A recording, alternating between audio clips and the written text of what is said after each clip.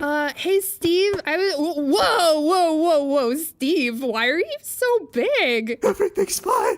Don't phone the fire department. If you've ever wanted an animated series about clowns who cook burgers on a food truck, then Worthikids is the creator for you. A very odd request, but alright. I've been interested in talking about this artist for quite a while, mainly since I've seen his stuff at a very young age, my early 20s. So I wanted to make a video going into a brief history of his channel, as well as the behind the scenes of BIGTOP BURGER, mostly because I haven't seen anyone else really do it yet, so join me, Ryan, as we look into the wacky wonderful world of Worthikids and his animations. At least we can leave church a little early and catch the rest of the football game, am I right, fellas?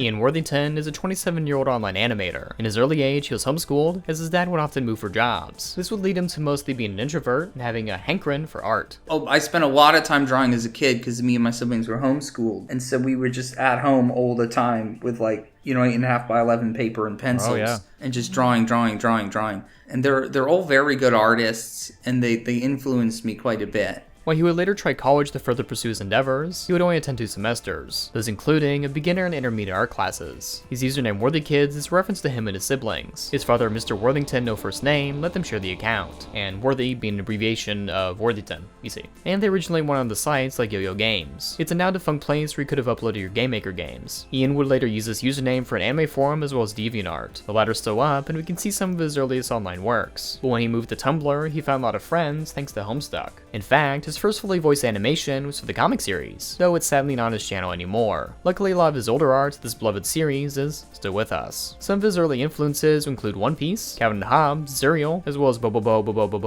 And around this time, his brother Cinny Beast would be doing game development, even making him the Smurfs minigame for his birthday. The two would later work on a video game called Widging Hour. It was going to be a Banjo-Kazooie Majora's Mask inspired game with concept art and music by Ian, and I reached out to Cinny Beast to ask about the game. Hi, thanks for reaching out. Basically, the game is on hiatus. We both got more busy with other things, and I felt like I needed to gain more experience as a game dev. We both plan on eventually finishing the game, but it probably won't happen for a while. So in the meantime, you can follow him on Twitter to see his other projects like playing TF2 in a retro N64 style, as well as his current main game, Dirthead. But back to Worthikids. Alongside animation, he also has a passion for music. Early on in his life, his father would get the program Cakewalk, as well as a MIDI keyboard. While Ian tried it out, he never truly learned how to play the piano. It wasn't until he got a guitar that he got hooked. He released his first original EP, Bag of Sentiments, on April 9, 2014, which is still available to buy on his Bandcamp or seen on his Patreon. One of his earliest online comic series starred Joel Schumacher on September 27, 2011. Get it? The character's name is based on the director. Oh, you do get it? Okay, sorry for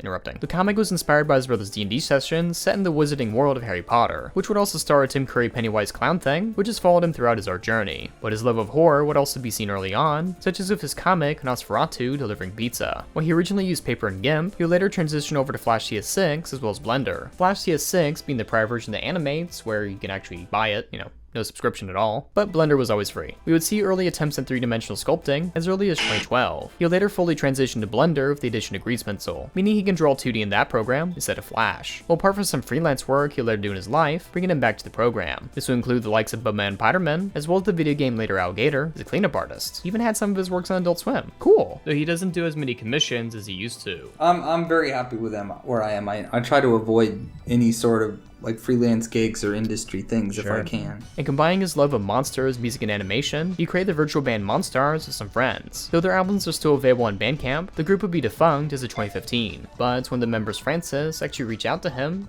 many years later. I just want to say sorry for disappearing randomly years ago. I don't regret my choice, but I valued our friendship and I just want you to know that. Make good choices and never let anyone hold you back from your dreams. Good chat. Maybe we'll speak again in another 7 years. While his channel was created in 2010, he'd be recognized for his art as early as 2015. Rather than purely original works, he would animate over audio from other places. These would include Eric Andre, check it out with Steve Brule, Rhett and Link, It's Always Sunny in Philadelphia, as well as the McElroy brothers. Hello, metal husband. 3, I'm metal husband. Do not tell Trash Hulk about our nation.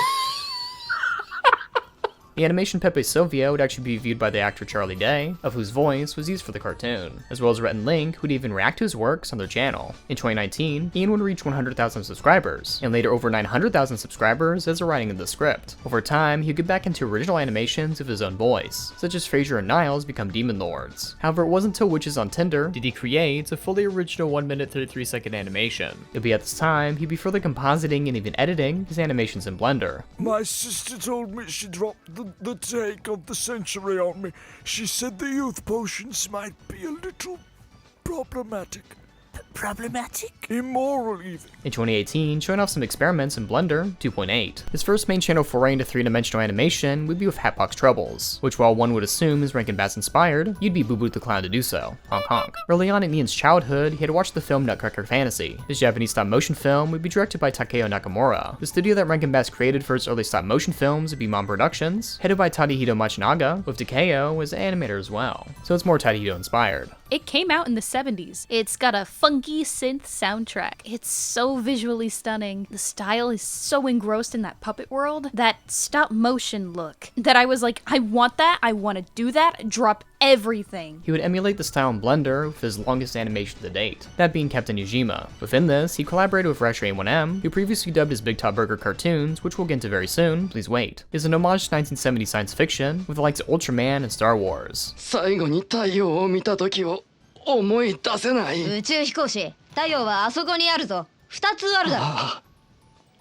And emulating the style, you can see some of these small touches, not only with imperfect mouths and eye cutouts, but also misaligned hair between shots. This would be emulating the stop motion aspect, in which the artist would move each piece frame by frame, having separate objects per body part. One little fact about the Rankin Bass animations is that the heads of the puppets are made out of wood, not clay. Cool! But enough about minerals from the ground. We gotta talk about the main event. We gotta talk about the big series from Worthikids. We gotta talk about BIGTOP BURGER. The series is one of the most curious things I've seen in quite a while. Every aspect of it has a little something that tingles my love of behind-the-scenes viewing, and I'm glad to be talking about behind-the-scenes of it. Before the finalized concept, BIGTOP started out as Fast Fools, and it was pitched to be a kids show, 3 clown-based employees working at a local food chain called Free Pizza. Tim would be the cashier and kitchen person, Penny would be another cashier, and Steve their manager. In this concept, the employees wouldn't be wearing makeup as clowns, but just be clowns as a species themselves. It was pitched as a lighthearted series like SpongeBob, mixing with seat the pants storytelling or Ren Stimpy, and a simpler Bobo-like humor. Within the pitch, he also includes some thumbs to show off some of the humor. While he was in talks with companies about creating something, this concept would rather turn the indie series BIGTOP BURGER, starring Penny, Tim, Billy, and Steve, who run a food truck that sells burgers. Quite the difference, one would say. And the name of the burger place is actually an accidental reference to Killer Clowns from Outer Space. Oops. I did a community poll to see which of the main cast was a fan favorite. Well, Steve was the lead, Penny and Billy were literally neck and neck. Sorry about Tim though. The first of the employees would be clowns at the sense of makeup, and Steve being an actual clown species. Were you folks all clowns this morning?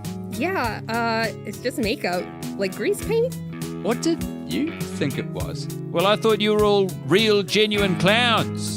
Very disappointing. They're voiced by the likes of Lindsay Smallboetta, Olivia Craighead, and Tim Blatt. First one from being Bowman and Biderman, and the other two podcast hosts, Steve voiced by Ian himself. And their rivals would be Zomburger, with their goals to sell the worst food imaginable for people to take pictures with on Instagram. I knew you were going to do this from the moment I got out of bed today. Typical Steve, I'm not surprised. Oh, you would pull some horse piss like this. God damn it! I'll get you for this, Steve!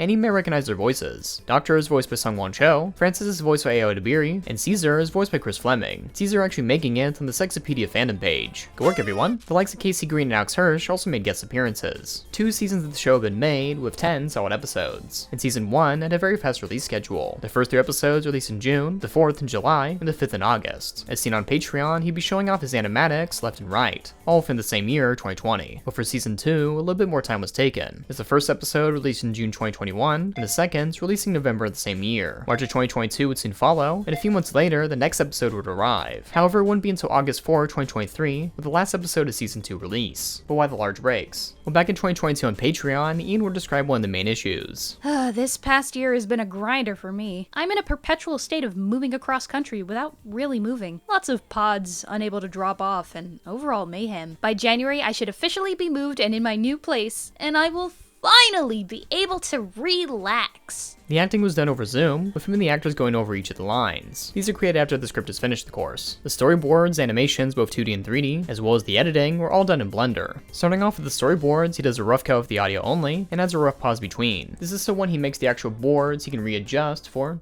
each drawing. As for backgrounds, it's a mix of 2D and 3D, and he often exports still frames from Blender, adding in blur for close-up shots. As for the characters, the faces are drawn on a separate layer, with the rest of the model being 3D. While he could have made him fully 3D, like with Captain Nijima, he was going for a different style. Though this isn't to say that all the lines drawn on the characters are purely 2D. Some of the models have lines directly on them along the flats that are constant on the characters, such as the truck itself, with the details being drawn on the model. Think of it like a texture wrap that you color in the program. For lines of the characters, he set them to screen space thickness, meaning the further away they are, they get thicker, and the closer they are, they get thinner. Each of the characters are also a bit mushy, to give little variation whenever the characters move. It is the emulates as if you're redrawing the whole character when a new pose is added. Steve, I brought you a little gift. And his backpack. The difficult thing when working in 3D space is the idea of a virtual camera is you have to determine different focal lengths, meaning you have to have some understanding of live action filmmaking to precisely get the blurring you want. Such as for my videos, I actually shoot with a 60mm lens to get a flatter look to the image. You know, I would prefer an 85mm lens, but this space is kinda small to work with, right, Bear? Going back to the animation, one of the positives of mixing 2D and 3D would be the reuse of backgrounds and models. In a traditional show, you would often redraw the backgrounds, but would use 3D models like cars. This can be seen in The Simpsons and Family Guy. In the second season of Big Top, a skybox was made, along with repeated trucks sprawling around. This was done to make the convention setting feel a bit more full. In utilizing more 3D space, you save time in compositing, especially with the emulation of lines, as if every camera angle would be a new drawing in a traditionally made animated show. Even though he redraws the face every time a character moves, it's still not as much as if you were to, you know, redraw the whole character. In not having the faces rigged, he's able to further push the facial expressions without compromise. And some reaction shots are actually fully drawn 2D, as if you get too close to the Blender models, you will see irregularities. Some sequences even being fully 2D, such as the hammer hits in the second to last episode of season 2, or when Steven was weighed down by the backpack. For this drawing, it was done on a 2D plane. As for other visual effects, he can also composites in Blender, such as when he added rim lighting during the hammer hit process. When the animation is done, he finalizes the audio editing, as well as the Foley sounds, in which he does by himself. Every actor is on their own mixer, and whenever a shot changes, the audio matches the direction the character is to the camera. Now, that's attention to detail. As for the sound effects, some of them are made within the program itself, such as the slide whistle, or like his boot being a sound wave, some audio tweaking added to it. It's using Citrus, which is what I normally use, and it's a combination of pure white noise and then this pitched note, which also has white noise. And if we just solo one of them, it's this, right? And then the other half is this. So you get them together. If you want to know even more about the process, I do suggest supporting his Patreon, as he offers the making ofs for a lot of his episodes. Not only that, but there's also his how to make a cartoon video on his channel. With all of his hard work, it nearly perfectly emulates a 2D cartoon within a 3D program, while also embracing the latter for comedic value. It's unusual to see this type of experimentation within the indie space, and it's great to admire the likes of it within BIGTOP BURGER. Also, with how quickly and consistently he's been making the series, I want to go over a little bit about what it means to create in the indie space. Well, can't say it's been a pleasure. I'm gonna miss you guys so much. Not.